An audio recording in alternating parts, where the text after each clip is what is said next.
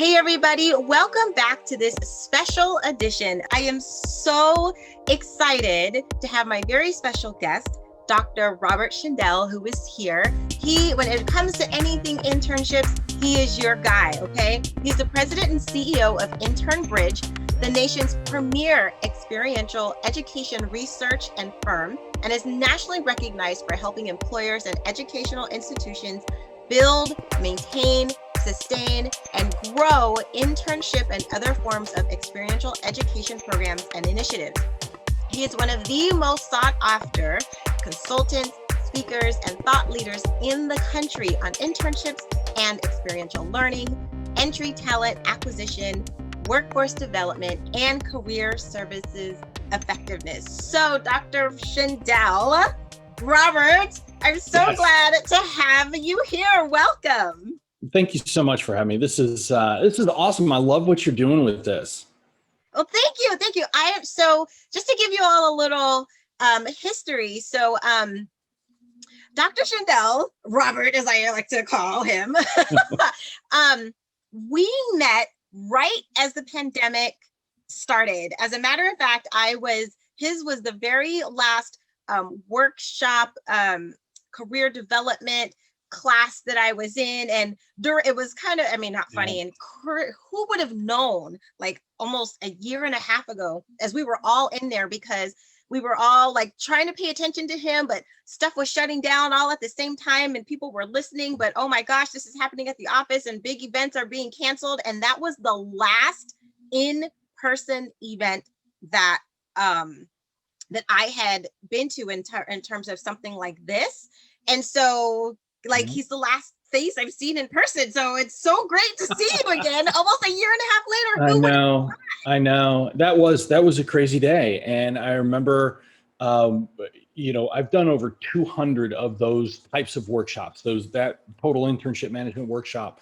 And I remember every minute of that day, from, showing up early and working with Christian and Allie at the Topple Center at the University of Miami. Who would have thunk? I look back at that day, and I remember it was just incredible. Yeah, it was nuts. But here we are. And here we are. Absolutely. We saw employers flip from doing in-person internships to doing virtual experiences, which in many cases were as good or even better than what they had originally planned, because we engaged the intern in their own experience. They went from being a passenger on this thing that the employer built and took them on a ride, and they became the driver of the bus that they were driving while they were building it. Yes. And that, I've been in education for a long time. I don't think that there was ever a better prepared, and I hate to make the generational kind of boxes, but I don't think that there was a generation that was better prepared for this moment than the one that was in school right now. If this would have happened 5 years ago, 10 years ago, it would have been just an absolute disaster. But I think that today's students were the right group at the right time, with the right kind of knowledge base, with the right savvy, with the right, I don't know, that right thing that really kind of made this work. Employers, I think, could have made it work, at any point in time in flipping, but the technology now is better. But today's students really made this thing work. I absolutely 1,000% agree with you. Absolutely. So just speaking from our personal experience, we actually kind of had to do a hard stop. Like our internship program came to a straight because everybody was trying to figure out what they were going to do. Some people, we didn't are we even going to have jobs in 3 months? We don't want to, we don't want to say we're going to do your internship and we don't even know if we're going to be here. So, and I know a lot of organizations went through something like that. But we did keep on like one or two that, which I am very happy to say, that they stuck with us. And actually, one of them actually ended up getting hired on part-time right through the pandemic, which is why we're having this whole conversation. So I am absolutely passionate about internships, internship programs, and especially within the scope of what is, DEAI these days, and people are looking for pipelines and they're looking for ways to make sure that their organizations are inclusive and all of that. Like I think what no better time to develop an internship program, or really look at the one that you have and see if you are really maximizing the input and the potential that you have from it than now. No better time than now. No better time. So mic drop. I'm like, do I need to be here? Cause I mean, you totally just nailed it. And here's the kicker, is that we have known that internships and other forms of experiential education were amazing pipelines to diverse talent. And we've known this since the 90s. Mm-hmm. Like this ain't new. I mean, that is something that we have known for an incredibly long. Actually, I go back to the early 90s, and there was an organization and that was just amazing at this, diversity, inclusion, and really working with employers to build diverse pipelines. And the organization was called Inroads. I mean, we all, and I know that the focus has changed and things have changed, but Inroads was an amazing organization that focused in on not only the relationships with employers, but also preparing the students for those opportunities and making sure that they had the social capital and that they had the professional development that might have been lacking in their own upbringing and their own culture. So really, they were doing DEI before DEI was cool. Right. And it was, I remember, working with the Inroads folks and just like jaw drop, like amazing how they would take a cohort of students that applied for this program and then seeing them at the beginning of their experience and then seeing them at the end of the experience. And I think that as I look back on how Intern Bridge has evolved and how we look at helping employers, I think I took some things from that, and really that helped shape where we're at. Because when we talk about effective internships, we know we can boil it down to four main things that an employer can do. Okay. And those four things are cultural transmission. How do you transmit your culture? Which was really an interesting thing when we all went virtual, because employers, be working with an employer and they say, well, how do we transmit our culture if we're virtual? And so, I'm a professor, so I answered questions with questions. And so I asked them back, I said, well, what elements of your culture do you want to transmit? Crickets. Like, it was like when I ask a question in class and the students don't want me to call on them. They're like, yeah, looking all around, doing whatever. But that was a really important conversation to have, because through that conversation, we were able to identify, okay, what is our culture? It's not just the physical building anymore. So we started to define culture in a different way. And that helped us to identify, okay, well, part of our culture is being true to our word. Okay. So how do we exhibit that? How do we measure that? How can we observe that? And then let's build in programming that helps to communicate that and grow that skill. So cultural transmission is number one. Professional development is number two. That's the one that I kind of directly, let's just say that was such a huge part of inroads that it needed to be in this, because there are so many students that don't have the generational knowledge of what it means to be in the workplace. Mm-hmm. I think, I've heard some people call it social capital or professional capital. Mm. And that's really where employers can, and I'll use a little Texas euphemism here, grab the bull by the horns, right? And say, okay, these are the skills that help somebody to be successful in our company. Here are some, so we look at it at that kind of that micro, and then we can start going out and saying, well, what are the skills that help somebody to be successful in the blank industry? In the healthcare industry, in manufacturing, in the accounting industry, finance, banking, whatever. Then we can say, what are the professional skills that help someone to be successful throughout their career? So when we infuse the professional development into the experience of the internship, I mean, I as a professor could teach these things like all day long in class, and the students will be like, yeah, okay, I'm taking notes, okay, well, I Right. need a test, I need to regurgitate this on a test. But when Right. the employer provides it, when the employer says it, it's amazing that students will come back and they'll be like, oh my gosh, I learned this great thing. I'm like, yeah, we And covered you're that week like, 3.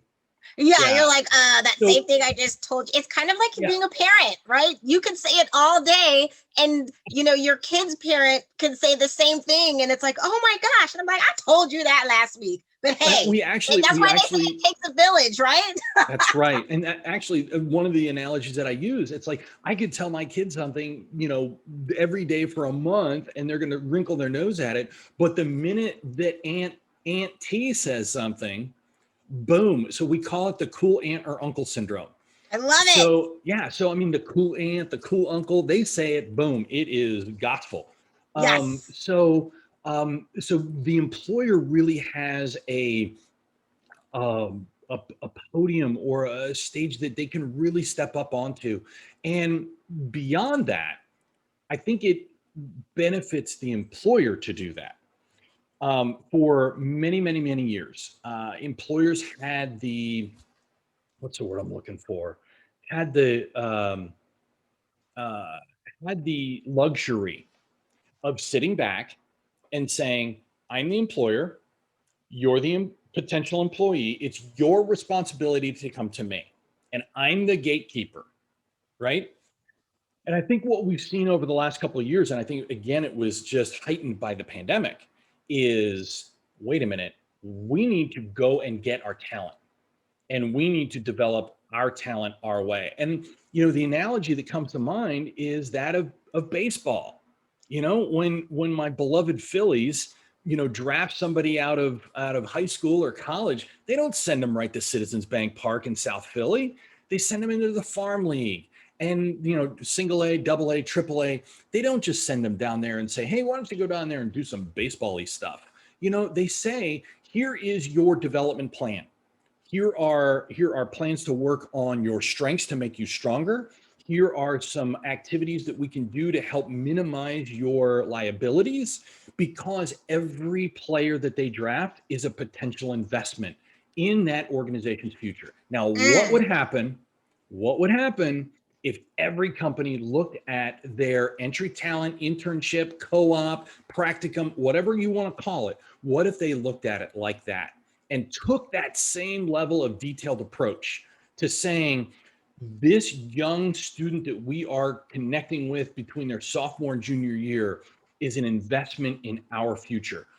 They would change how they approach that experience. So I the love it. professional development is a big piece of it. The third kind of pillar that we talk about is meaningful work.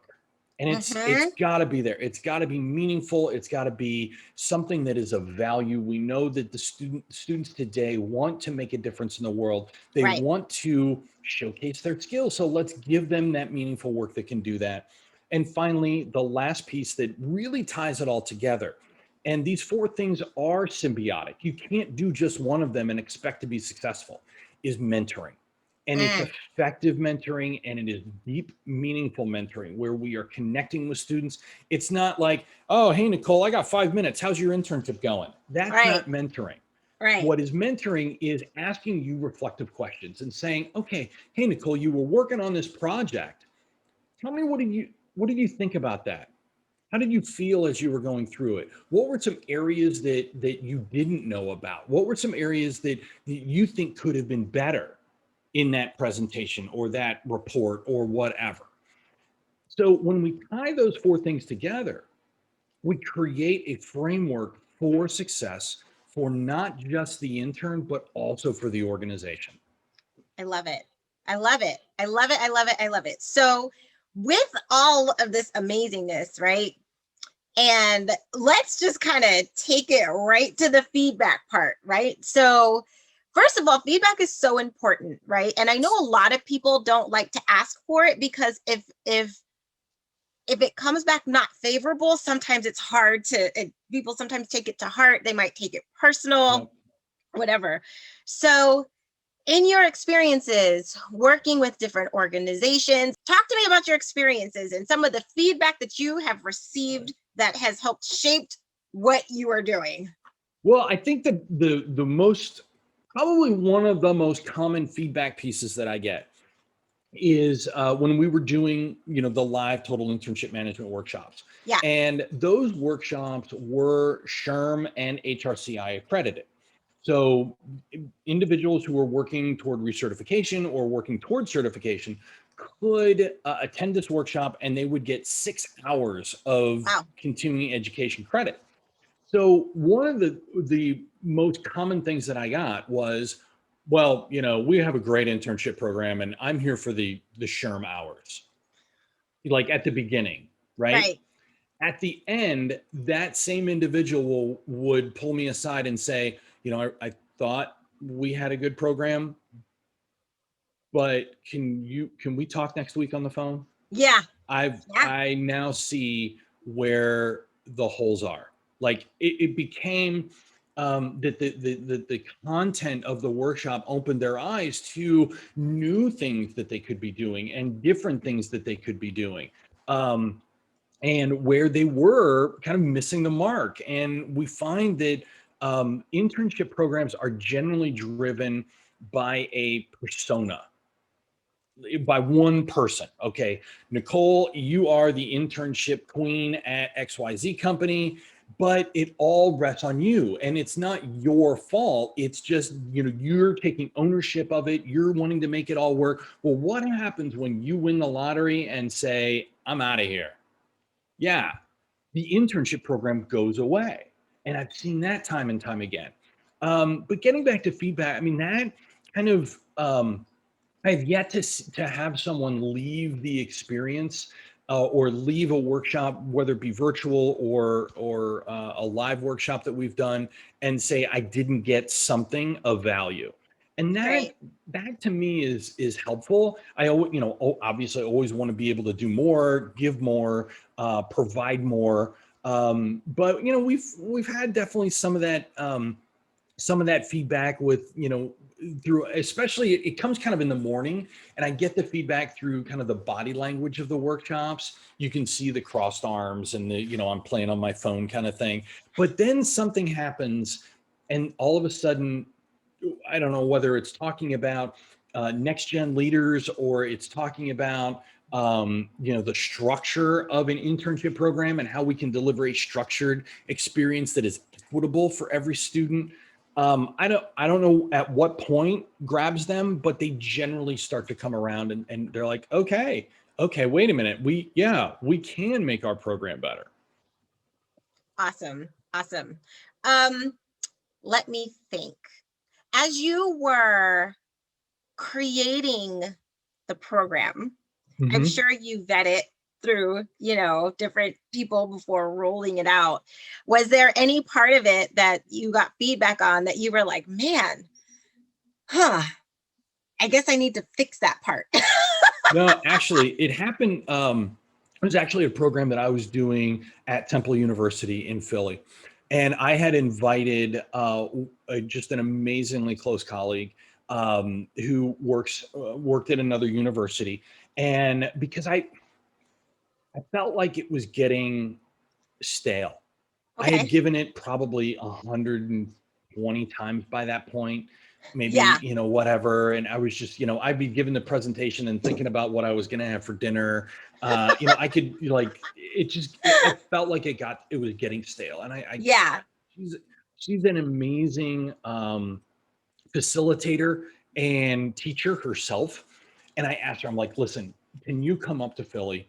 I know you got family here. It's on a Friday. You can stay, whatever. So she came up and she took copious notes on everything and sat down with me afterwards. And she's like, the one thing that she said to start off with, she's like, you are amazing at what you do, but I need you to shut your mouth for 10 minutes and put your ego in your back pocket.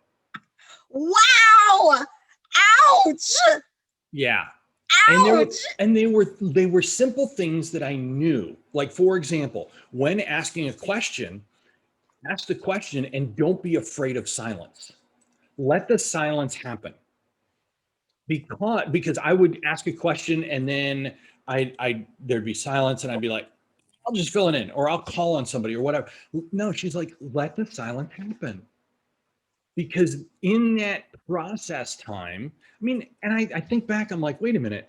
I think I remember hearing that in like a first day of education school at the University of Toledo. I mean, that was like day one teacher stuff that I was forgetting. So it was this, it wasn't 10 minutes. It was like an hour of, her really nitpicking every single thing throughout the workshop. And it was, I think it turned it around, because then when I was flying home and I got her notes and, I'm writing things out, I'm looking at the presentation, I'm just thinking, okay, here I can do this, here I can do that. And it was incredibly meaningful, but that doesn't happen until you're open to hear that feedback. Yeah. I'm sorry. Can you please say that again? You've got to be in a position to be open to it.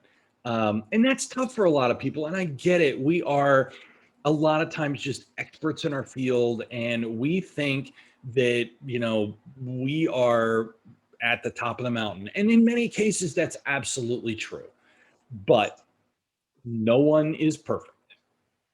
And nobody's perfect. And we need to get to a point where we can be open to listening and be open to that critical feedback, because that's the only thing that makes us better. I mean, if I keep hearing, oh, that was fantastic, that was fabulous, I'm taking that and saying, oh, well, okay, I guess it's and then to have that and be able to make it better. But again, you have to be in that place where you just stick your ego in your back pocket and say, listen, I can learn from other people. And Yes. and I think that was that was just happened at a time when it needed to happen. And for example, the workshop that you went through was a byproduct of that conversation, because that happened obviously after that experience. Right. I love it. And what you said, it reminds me of this awesome book. It's called No Ego by Cy Wakeman. And Good stuff. Sometimes you have to swallow your pride and swallow that. But let me tell you what it does for you, how it springboards you to be even so much better. It is absolutely necessary. And if you are afraid to put your ego aside, you are only hurting yourself. You're only hurting yourself, right? You are keeping yourself from going higher and being better. So that's such an important piece of advice. Thank you very much for that. And we are, and I think that in general, especially at work, we tend to be afraid that if we don't, if we don't have that veneer of perfection or whatever, that we will be perceived as weak. Right. And you know what? That happens in organizations that you probably shouldn't be working in the first place. Because if that is the culture, then that is not, that culture is not enhancing your growth and development. It is stifling it. And in that, I love it. and if that's the case, if you're in that culture where you are afraid to to seek out feedback, then that's not a place where you really are going to be able to bring your best self to work every day. That you can't get honest feedback from not only the people that you work for, but the people that you work with and the people that work for you. And that 360 kind of environment of feedback is where we grow. Yeah, I mean, one of the first things, I mean, even teaching classes, I consistently seek feedback from my students. What can I do better? You know, I teach online and I do these videos, and dedicated like 10 minutes to a video right around the time that student evaluations were going out. And I said, hey, listen, I'm never gonna know who said this. I'm not gonna see this for another 3 months. So you will have forgotten this class by that time. Right. But I take my craft of teaching very seriously. And I want to be better. I can only do that if you give me open, honest feedback. And, you know, I look back to one of my favorite texts, Good to Great by Jim Collins. You have to be able, as organizations, but I also think as people, you have to be willing to confront the brutal, honest, disgustingly dirty facts of your situation in order to evolve and become better. And let me point out that brutally honest does not mean mean, right? No. That means you're such a, that doesn't mean that. It just means straight to the point. Your lessons are too long. There's not enough information. Not, your lessons are so like, you know, leave all the adjectives out of it, right? That's mean. Like that. We're not talking about being mean.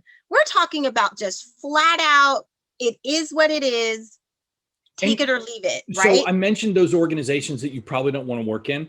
So in those types of organizations, what happens is you get somebody that comes in that says, you know what, I really want to be better.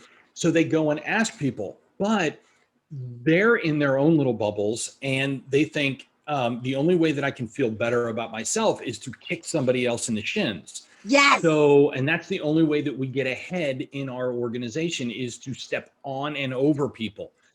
Well, obviously, think about that for a minute. Is that really where you want to be? So you have these change agents that come in and burn out quickly. And they either, you know, one of two things happens. They either leave quickly or they stay and become acculturated. I don't know which one's worse. So you've got high turnover or you've got basically submission. Ouch. Yeah. So again, when we look at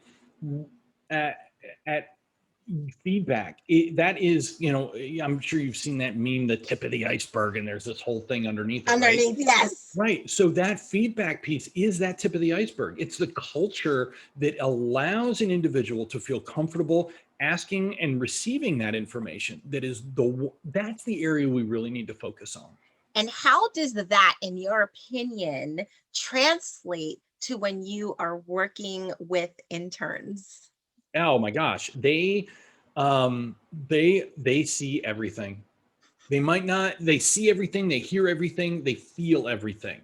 And they're doing it through a lens of not having a lot of other experiences. So it's more pure. Yeah. And so that feedback that we get from our interns is incredibly important. Now, the catch-22 of that is many interns give feedback with the idea that feedback will help them get the job.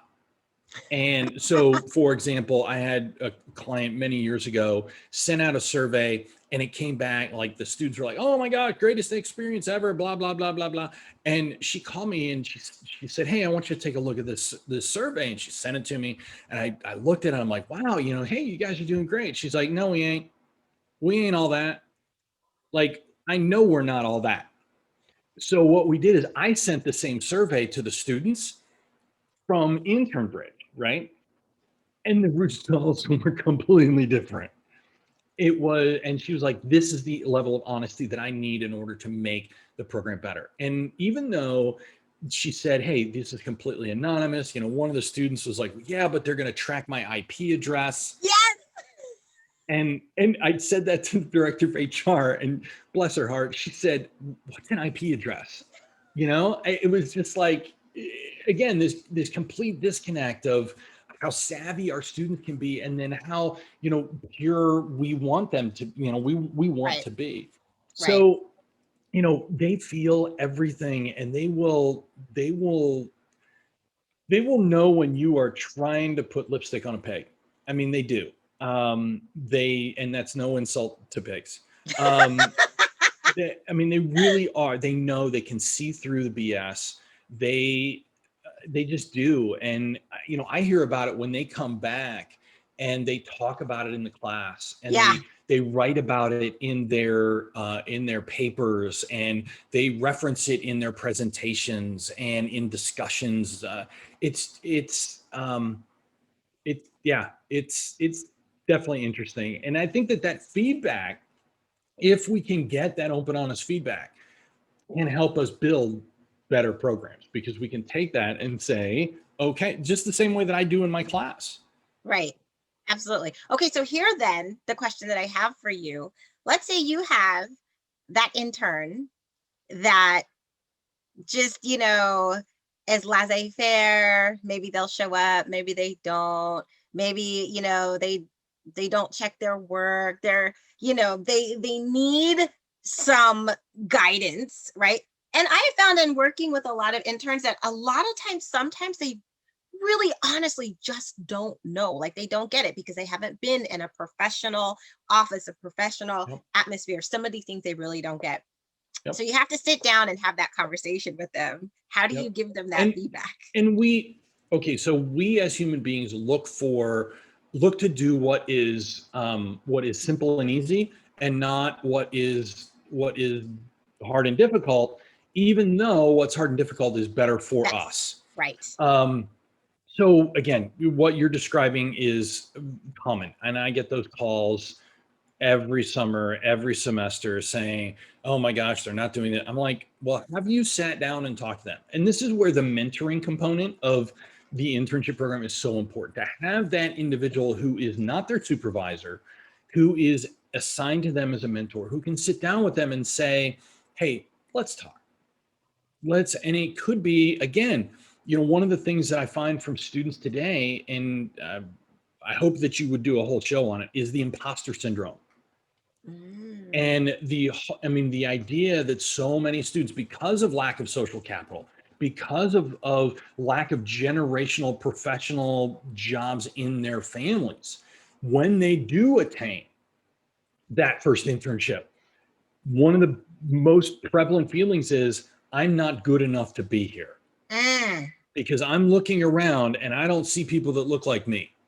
I don't see people that come from my same neighborhood or my same zip code. And that's challenging. And that's why we need, so again, going back to the baseball analogy. Yep. If that baseball player in my Phillies organization was just kind of, taking batting practice laissez-faire, do you think that they would just be like, "Oh, well, I guess we'll just cut him"? Right. No, that is an option down the road, but it's the organization's responsibility, because they've made an investment. Preach! Yes. And that just takes me to the whole, when people might have an experience with one intern and then they put them all, like, oh my gosh, interns are just like, and they just get this bad, like I've had, I know I'm like, I haven't even finished one sentence yet because I'm just so like, but I've had conversations with people and I'll be like, well, have you ever thought about, using an intern or developing an internship program? And they'd be like, oh, interns, they're unreliable. We had an intern in 1985 and it just didn't work. Yes. And it's like, well, if you ever have one bad employee, do you fire everybody and just say, I'm going to do all the work myself? No.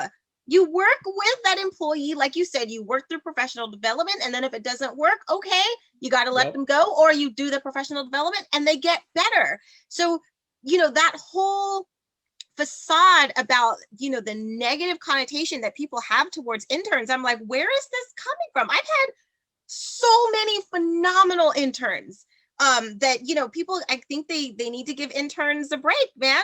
Number one, they are in a learning type of environment. You can't expect them to come in as professionals. That's why they're there, to learn. So if you're not helping them, how are they going to learn? Well, you're Right? hitting on it. You're hitting on a couple of the concepts that we've talked about already today.